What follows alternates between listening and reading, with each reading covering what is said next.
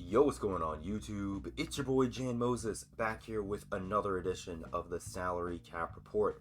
Going to be going over the first salary changes here in Season 4.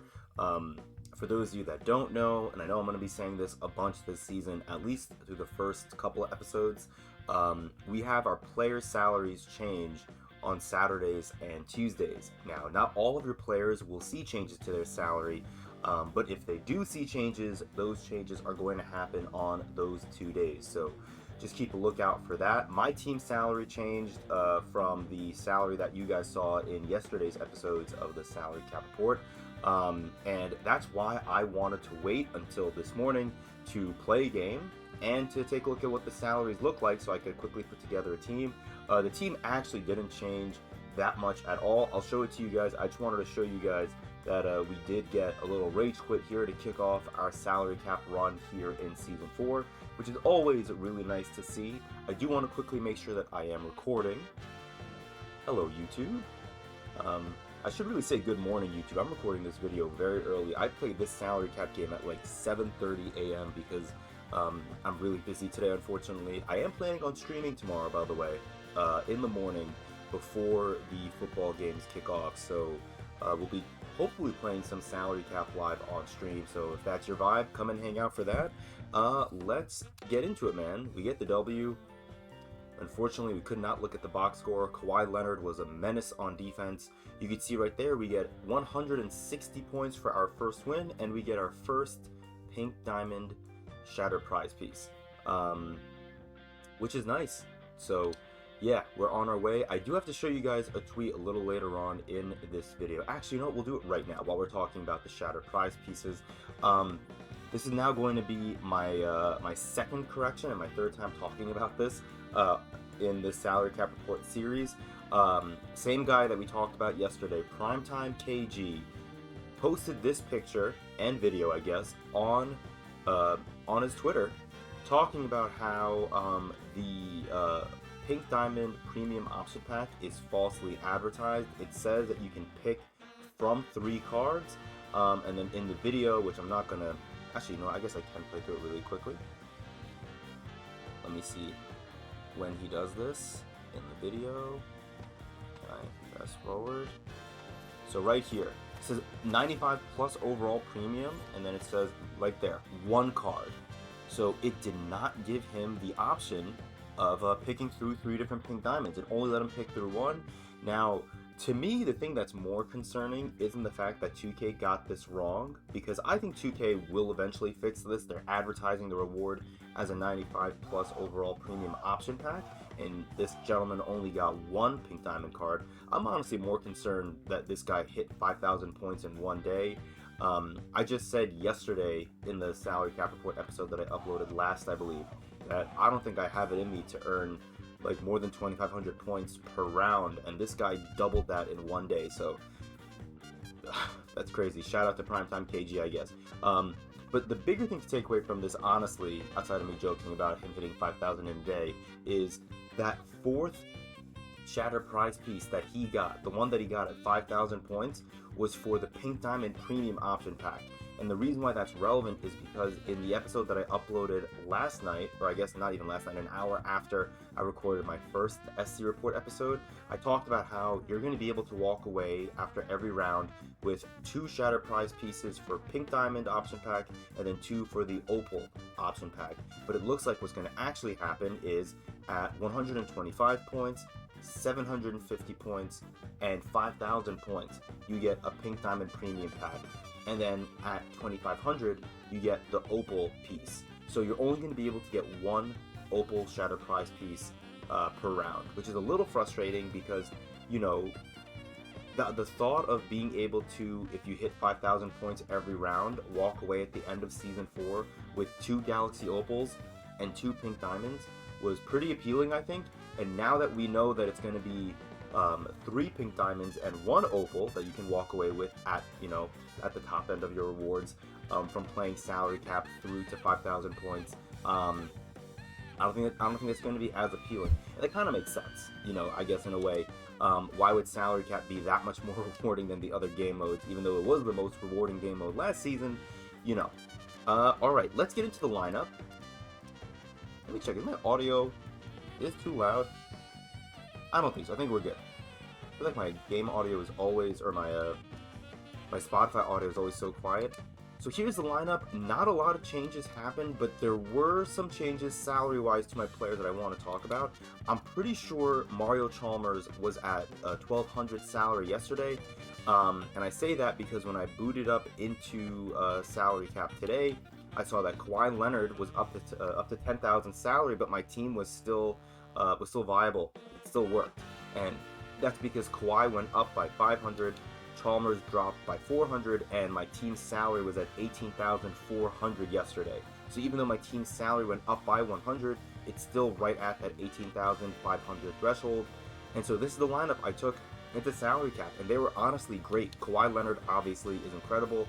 I do think if I'm going to do, or create a lineup, I should say, like this, where I have one incredibly high-end player, and I surround him with like one diamond, one amethyst, and then ruby and lower, I need to do a better job of showcasing Kawhi on offense, even though defensively, you know, that's where his impact is going to be felt. He was getting steals, he was getting deflections, he was taking out, like, I put him on my opponent had Marcus Smart, and he was doing a good job cooking with Marcus Smart. I put Kawhi on Marcus Smart, and then he didn't score again. It's actually incredible. It feels like I have a lockdown cornerback on my team, so shout out to Kawhi Leonard.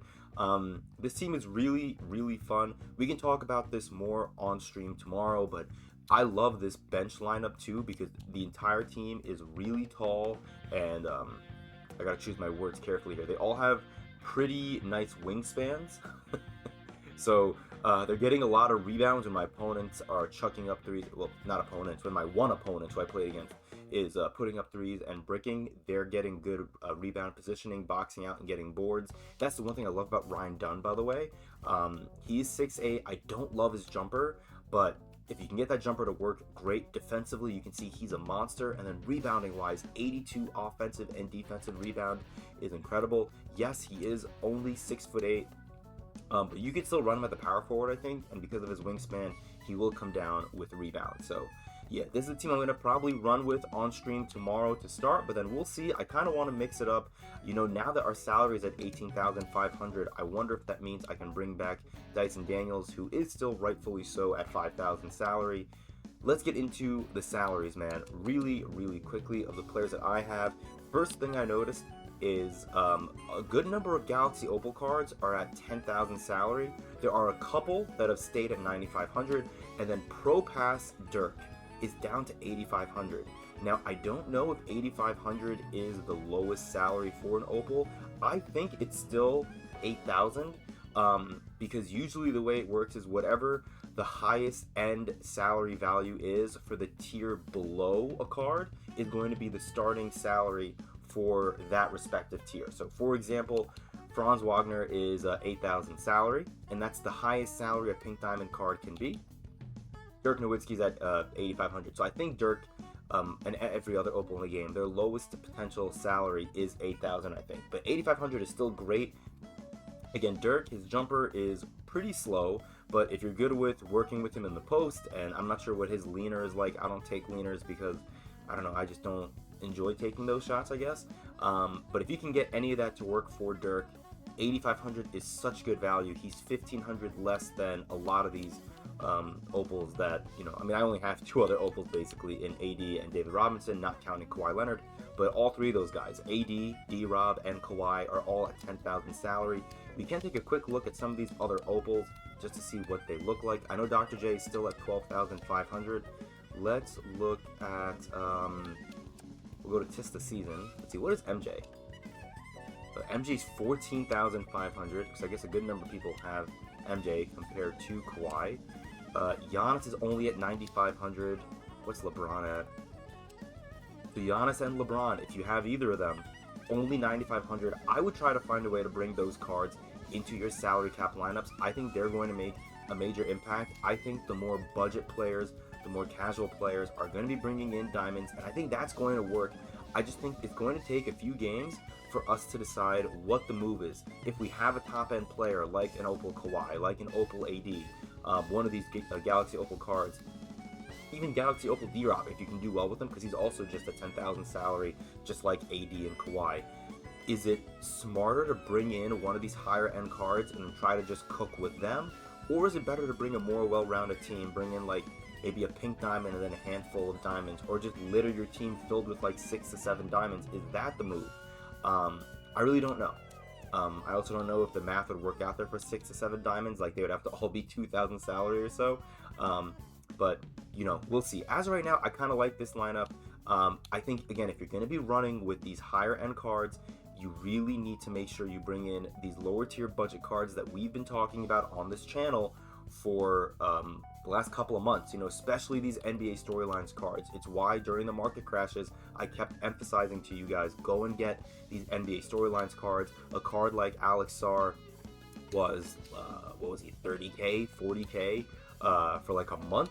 And then when the market crash hit, he finally dropped down to 10K. I was able to snipe mine for like under 1,000, which was amazing. Let's take a quick look at what he's going for actually today. I'm curious. Because Alex Sarr right now is, I think only 800 salary. You can see right here, I mean, I mean, 20K is not awful. I would see if you could try to get him for like 15K or less, but I think this card is 100% worth it. He is so good. Yeah, I love Alex Sarr.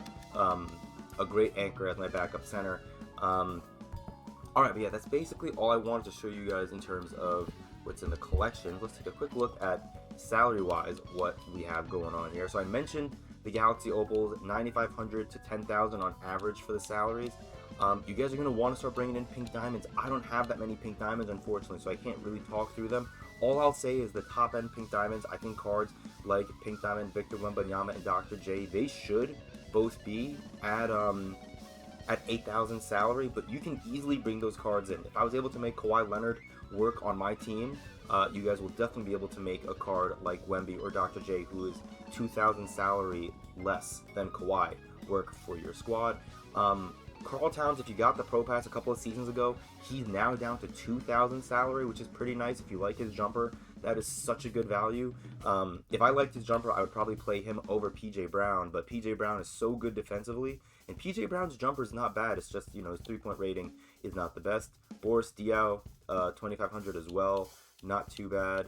Kind of bummed that Andrew Wiggins is still 3,100 salary.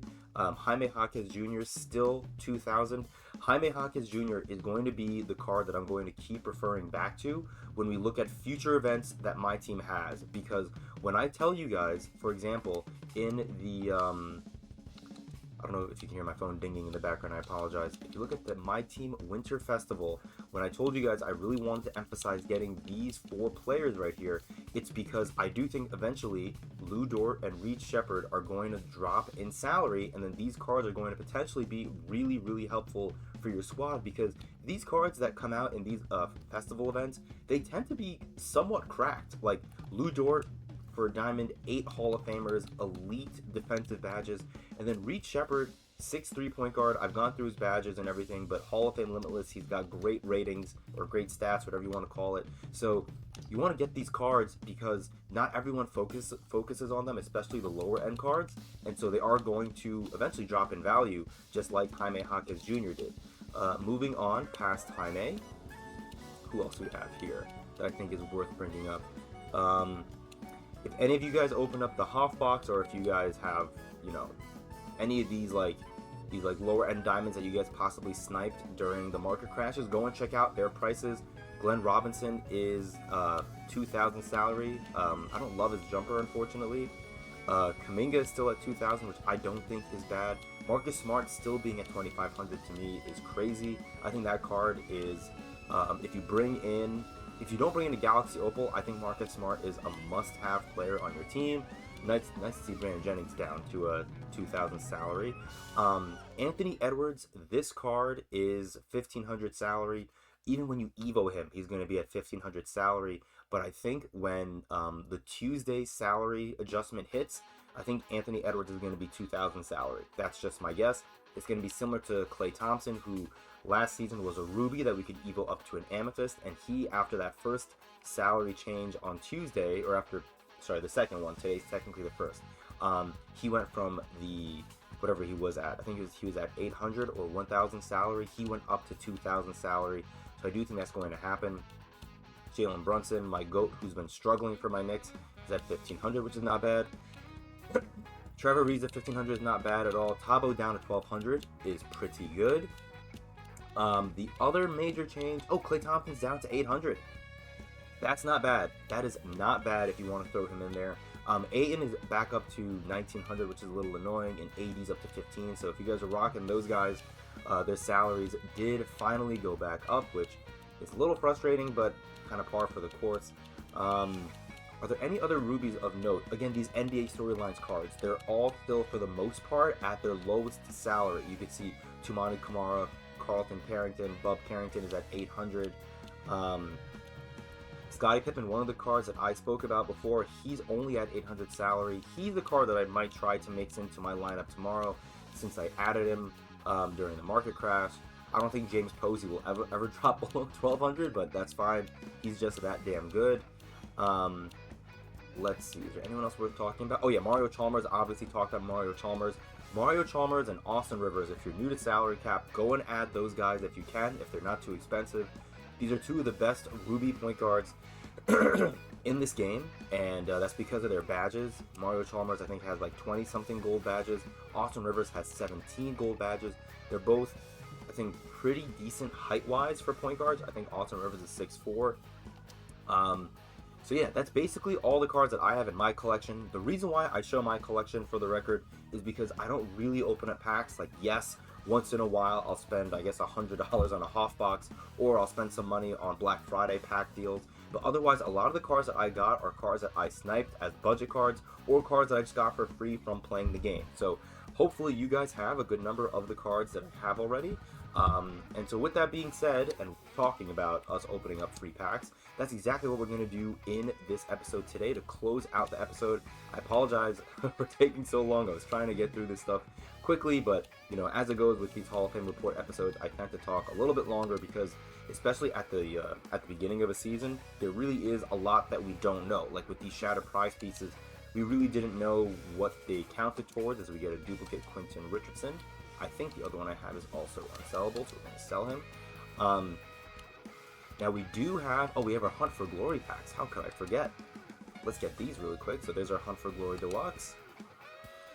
And our final Hunt for Glory Deluxe right here from the Shatter Prize piece. Once again, just want to make sure that I'm recording. I have trust issues with my OBS.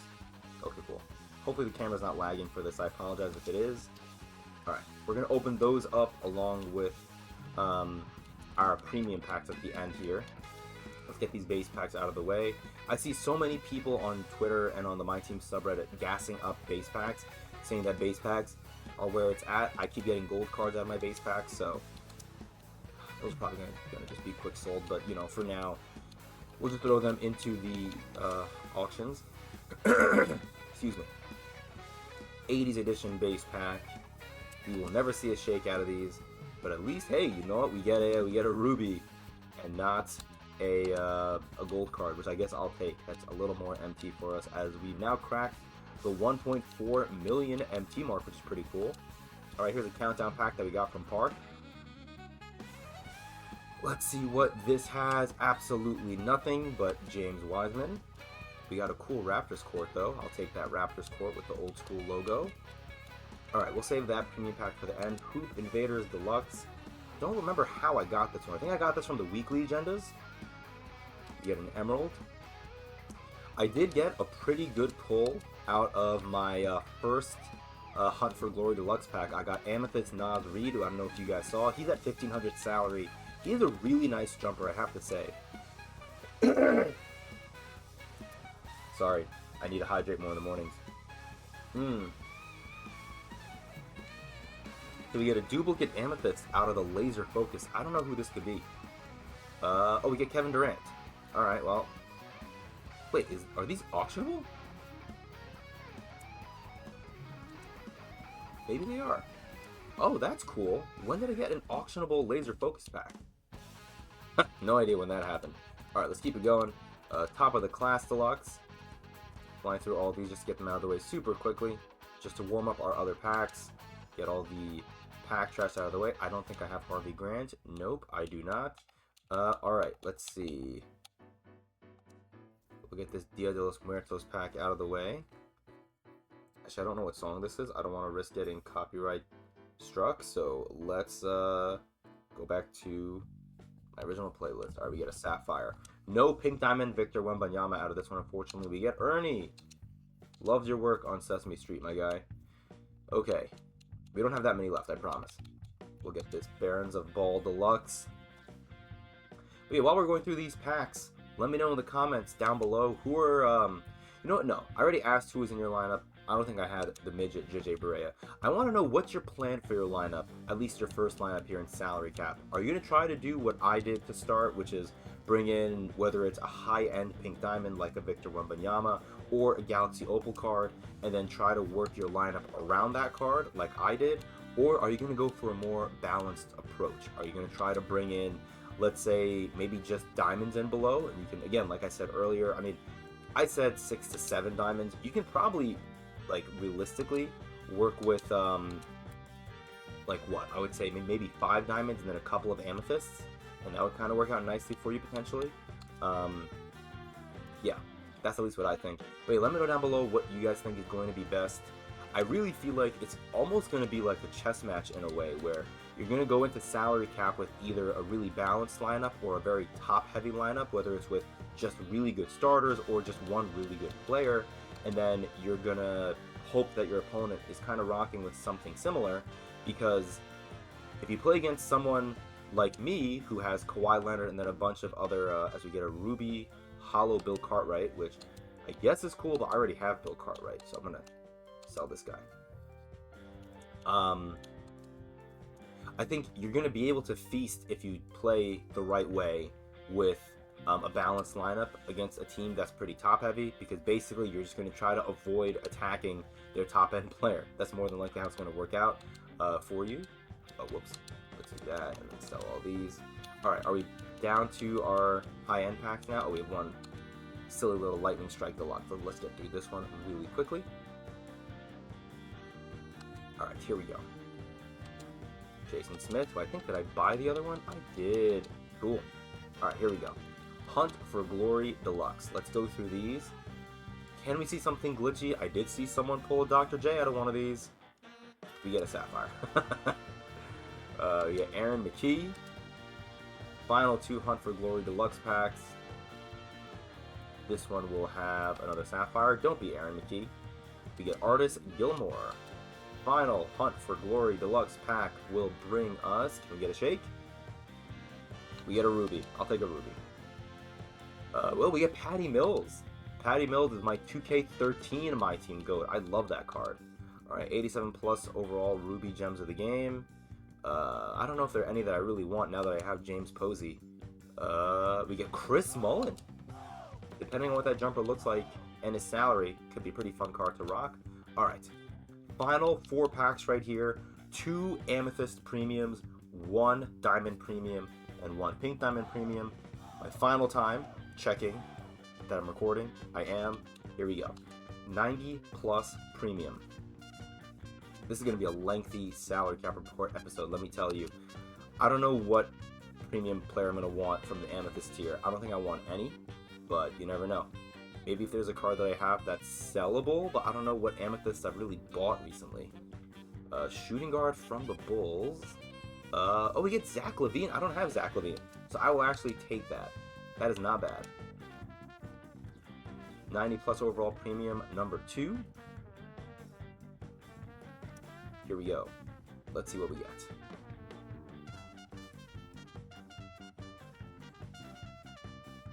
Eastern Conference 91 defensive rebound, so it's going to be a big. Is it Al Horford? Who is this? Oh, we get Andrew Bogut. Okay, that's cool. I don't think I have Andrew Bogut, right? I do not. All right, I'll take Andrew Bogut. That's cool. Just to have a new player. All right, 92 plus overall premium. I got this pack from completing the last string of weekly challenges that 2K gave us in Season 3. The first one gave me Dwight Howard, so which is cool for offline purposes, but for online purposes, not so much. Let's go ahead and open this pack up. Diamonds are going to be pretty similar to everyone else when it comes to what I want. That was very poorly worded. Can you guys tell it's very early in the morning for me? What I was trying to say was, when it comes to diamond players, the players that I want are basically in lockstep with the players that other people want. Obviously, a Paolo Banchero would be massive here.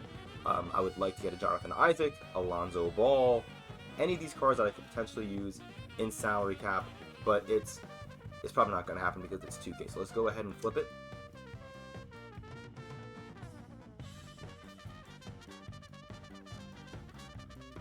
So we're not going to get Paolo. 95 hustle. Is this Josh Hart? Josh Hart. I said, dude, I'm such a dingus. That's a W. That is a massive W. Let's go, man. That is such a W. I can sell mine. Let's go. Okay, that's honestly, outside of getting a card like a Paolo or a Jonathan Isaac, this is best case scenario. I did not badge out my PJ Brown, so I can sell him now. Adios, PJ. Pink Diamond Premium. There is so much potential for this to be good. Unfortunately, even more potential for this to be bad. Here we go.